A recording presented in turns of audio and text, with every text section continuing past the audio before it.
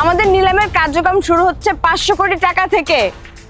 500 কোটি 1, 500 কোটি 2, 600 কোটি টাকা, 600 কোটি 1, 600 কোটি 2, 700 কোটি, 700 কোটি 1, 700 কোটি 2, 800 কোটি টাকা, 800 কোটি 1, 800 কোটি 2, 1000 কোটি টাকা। এই যে মেঠা এখানে কি লীলা খেলা শুরু হয়েছে আমি বুঝতে পারতেছি না।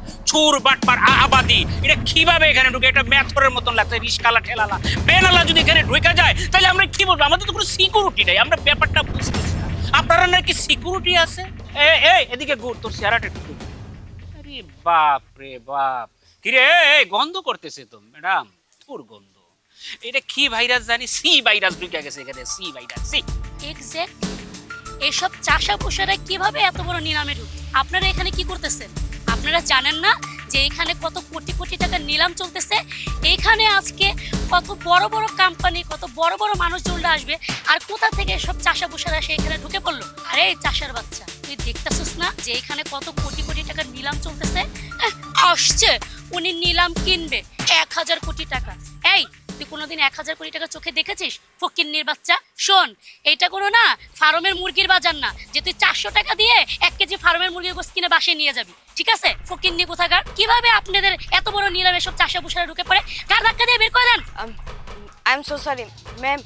স্যার আপনারা একটু রিল্যাক্সে বসেন, বিষয়টা আমি হ্যান্ডেল করছি। এই দেখ, ভালোই ভালো বলছি, তুই এখান থেকে চলে যা, না হলে কিন্তু তোর কপালে খুব খারাপই আছে। তোকে দেখে তো মনে হয় না যে তোর কাছে এত টাকা আছে। যার কাছে 30 টাকা নাই সে কিনা এত টাকা দামের প্রজেক্ট কিনবে। তুই এখান থেকে এক্ষুনি দূর হ, নাহলে কিন্তু এই যে পুলিশ দাঁড়িয়ে আছে তোর এমন হাল করবে।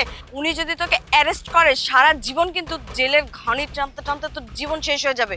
ভালো ভালো এখান থেকে চলে যা। 30 টাকা নাই আবার আসছে এখানে নিলামের জায়গা কিনতে। আমার কাছে 30 টাকা আছে কি নাই সেটা আসল বিষয়। আপনারা তো এই জায়গায় নিলামে বলছেন না, আমি আপনাকে নিলামে অংশগ্রহণ করছি। এখানে 600 কোটি, 700 কোটি, 800 কোটি হয়েছে, আমি 1000 কোটি বলছি।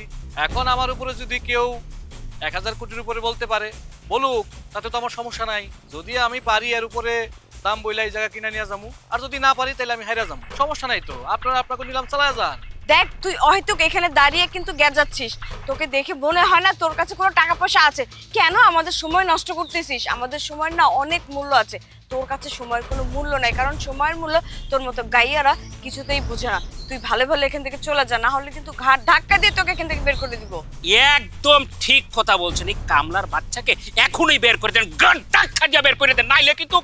দেখ আমাদের গেস্টরা কিন্তু রেগে যাচ্ছে। তুই যদি তোর নিজের ভালো চাস তাহলে এখনো ভালো ভালো বলছি, তুই এখান থেকে চলে যা। আরে আমি তো বুঝতে পারতাছি না যে আপনাকে সমস্যাটা কোন জায়গায়। আমার দিকে কি গরিব মনে হচ্ছে? এই তো গরিব অসহায়, মানে আমার কাছে টাকা পয়সা থাকতে পারে না, এই তো আপনাকে কত চিন্তা ভাবনা আমার বাইর করে দিবেন। আমি অন্যটা করছি কি বলেন তো? আপনার এই জায়গায় নিলাম শুরু করছেন, নিলামের মধ্যে আমি অংশগ্রহণ করছি, এখন আপনারা বলতেছেন আমার এই জায়গায় চলে যেতে। আমি তো 1000 কোটি টাকা কইছি, সমস্যা নাই তো। যদি আরো বাড়ে, আমার যদি ক্ষমতা থাকে আমি আরো বাড়বো, আমার বাড়ার ইচ্ছা আছে, সমস্যা নেই। টাকা পয়সা নিয়ে কোনো সমস্যা নাই, আপনারা নিলাম ডাকতে থাকেন। কিন্তু আপনারা যে আমার সাথে এরকম খারাপ আচরণ করতেছেন আমি তো বুঝতাছি না কারণটা কি, আপনাকে সমস্যাটা কি? এই তুই কি কানের মধ্যে তুলা ঢুকে আসছিস? তোকে এতক্ষণ ধরে বলতেছি এখান থেকে যা। ওসি সাহেব ওকে এখান থেকে তাড়াতাড়ি বিদায় করেন, এই পাগলটাকে বিদায় করেন তো এখান থেকে। জি ম্যাডাম, আমি দেখতেছি। দাঁড়ান ওসি সাহেব, আমার কাছে মনে হয় আপনি আমার ঘাট ধাক্কা দিয়ে বাইর করে দিতে পারেন না। কারণ আপনি এই জায়গায় দায়িত্ব পালন করতেছেন, যারা নিলামে সবচেয়ে বেশি টাকা দাম কইব তা করে জমি বুঝাই দিবেন আপনারা, তাই না? আমিও তো এই জায়গায় নিলামে অংশগ্রহণ করতে আইছি, আপনি আমার ধাক্কা দিয়ে বাইর করে দিবেন কি লাগে? আপনারা তো আমার অপমান করতে পারেন না। আমি তো একজন মানুষ, তাই না? হইতে পারে আমি গরিব, কিন্তু এইভাবে আমার এই জায়গা থেকে অপমান করে ঘাট ধাক্কা দিয়ে বাইর করে দিতে পারেন না। আপনাদের কোনো অধিকার নাই। ওই ফকিন্নির বাচ্চা, তোরে কি এখন ইনভিটেশন কার্ড দিতে হবে না গলা ধাক্কা দিয়ে বের করতে হবে? কোনটা বলতো? যাই হোক, বুঝতে পারছি। এবার আমার আসল জায়গায় আসবে। আসল জায়গায় না আসলে বিষয়টা সমাধান হবে। মিস্টার সবুজ সাহেব, আচ্ছা আপনি তো এজিএস গ্রুপে চাকরি করেন না? 1 লাখ টাকা বেতন চাকরি করেন। এই 1 লাখ টাকা বেতনের গরমে আপনি মানুষের মানুষ মনে করেন। আর মিস দোলা চৌধুরী, তা আপনি নিলাম অ্যারেঞ্জ করে মনে হয় প্রত্যেকটা অ্যারেঞ্জের জন্য 50,000 টাকা করে পান, এই তো? এর বেশি তো না। কিন্তু আপনাদের মন মানসিকতা এমন কেন? আপনারা তো মানুষের মানুষই মনে করেন না। আমি এই জায়গায় আইসি আওয়ার পর থেকে আপনারা আমার লোকে যে ব্যবহারটা করতেছেন আমি বুঝতেছি না, আপনারা মানুষের মানুষ মনে করেন না কেন? আপনাদের ভিতরে সেই মনুষ্যত্বটা নাই কেন? মানুষের মানুষ মনে করতে শিখি মানে? আর আপনি কিভাবে জানেন? আমি এগুলো কি করে জানি? সব বুঝতে পারবেন, সময় হইলে সবকিছু এমনিতেই জানা যাবে। আর মিস মৌটুসি, আমি আপনার সম্পর্কে যতটুকু জানি যে আপনি জিএস কোম্পানির ম্যানেজার, 1,30,000 টাকার মতো বেতন পান, তাই না? আপনার মন মানসিকতা ঠিক একই রকম, মানুষে আপনারা মানুষ মনে করেন। এই ছোট লোক ফকিন্নির বাচ্চা, তুই কিভাবে জানলি হ্যাঁ যে আমি কোথায় জব করি, আমার স্যালারি কত? আমার কি মনে হচ্ছে জানিস, তোর মাথাটা পুরোপুরি গেছে, এর জন্য এখানে এসে পাগলের মতন কথাবার্তা বলতেছিস, ঠিক আছে?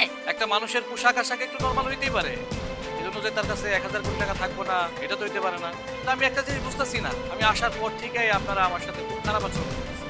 লাভ কি খারাপ আচরণ করে? কোনো লাভ নাই। আমি এই জায়গায় নিলামে অংশগ্রহণ করতে আসছি, নিলামে অংশগ্রহণ করুন। এই জায়গায় যদি আমার কেনার মতো ক্ষমতা থাকে কিনে নিয়ে যাবে। এখন আমার শেষ কথা হয়েছে, আপনারা কি এই নিলামে এর উপরে কেউ দাম কইবেন? এই টাইমে স্যারে ফোন দিছে।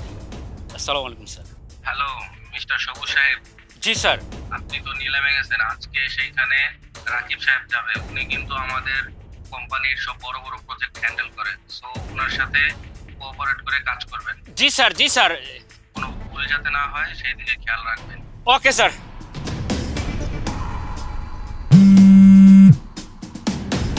আসসালামু আলাইকুম স্যার। মিস মৌটুসি, আপনি তো নিলামে, জি স্যার। ওইখানে আজকে রাকিব সাহেব যাবে। উনি কিন্তু অনেক বড় একজন বিজনেসম্যান, তো ওইভাবে ওনাকে হ্যান্ডেল করে কাজ করবেন যাতে কোনো সমস্যা না হয়, এদিকে খেয়াল রাখবেন। আমি কোনো সমস্যা চাই না, আমি চাই সুন্দরভাবে যেন সবকিছু ঠিক হয়। জি স্যার, বুঝতে পেরেছি স্যার।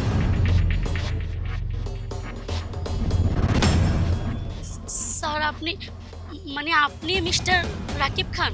আমি মিস্টার রাকিব খান, চিনতে পারছেন তাহলে? স্যার স্যার আসসালামু আলাইকুম স্যার। স্যার আপনি দাঁড়িয়ে আছেন কেন? বসুন না প্লিজ, বসুন। না, আমি আসলে বসতে আসি নাই। আপনারা হয়তো ভাবতে পারেন যে আমি এই জায়গার মধ্যে এরকম নর্মাল পোশাক পরে কেন আসছি, একটাই কারণ, আপনাদের মতো মানুষের মন মানসিকতা দেখার জন্য।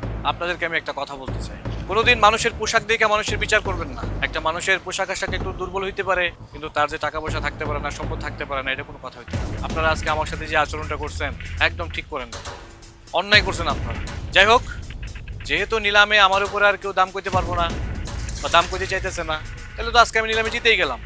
Miss Dola, sir I am so sorry, আসলে আমি আপনাকে চিনতে পারিনি স্যার। আপনি যদি কমপ্লেন করেন আমার জবটা চলে যাবে sir. I am so sorry sir. আপনি সবকিছু কাগজপত্র আমার অফিসে জমা দিন, আমি আপনাদেরকে ব্যালেন্স ট্রান্সফার করে দিচ্ছি, ঠিক আছে? আসি।